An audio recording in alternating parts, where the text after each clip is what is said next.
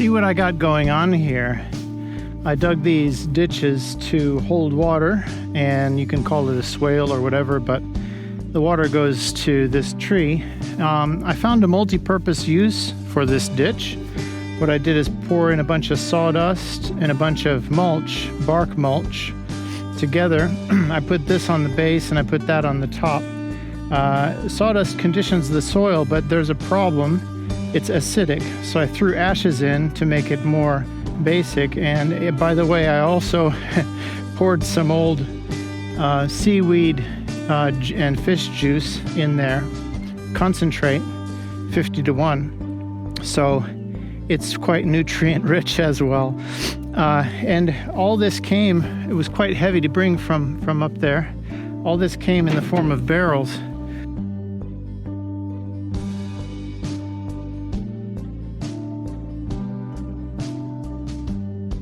I basically pushed barrels down. If you look very carefully, you can see the trail of the barrels coming in.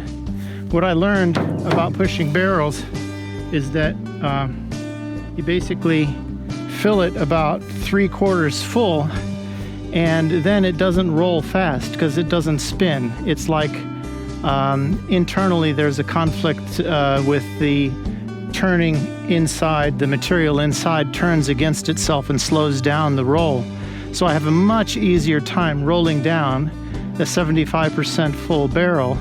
It basically never runs away from me unless it would go fast. It would probably spin like a washing machine and push everything to the outside. That's the only danger point. Outside of that threshold, it's very easy to bring down the barrels, dump them in here, mix what I want, put them into buckets, and carry them out to wherever these fruit trees are. And yeah, that's the easiest way I could find for managing the mulch, which is hyper critical to manage because these guys will be drying out in the summer unless this is inside of it at a depth. And in order to get that depth, I've got to have something like this protecting the roots. So the roots are cool in the summer, warm in the winter, because they've got depth around the stalk that's just coming out of the ground.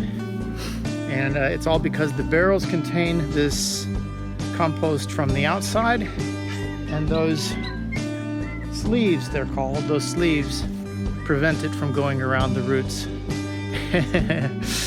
And this is the system I've set up. What's the result? The result is very impressive from my point of view because I find it, I'm very impressed that I don't have to do any other work after this.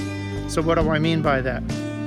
If I do this properly one time now, before the spring heat comes in, middle spring, we're in early spring right now, I've got all of the end of spring, I've got all of the summer, and I've got all of the first part of fall. I do not water these trees at all. It's a long way to come to water them. I don't need to water them. There's enough moisture here to keep them minimally satisfied, even in a heavy drought. I've tested it before. It does work. And I know the difference.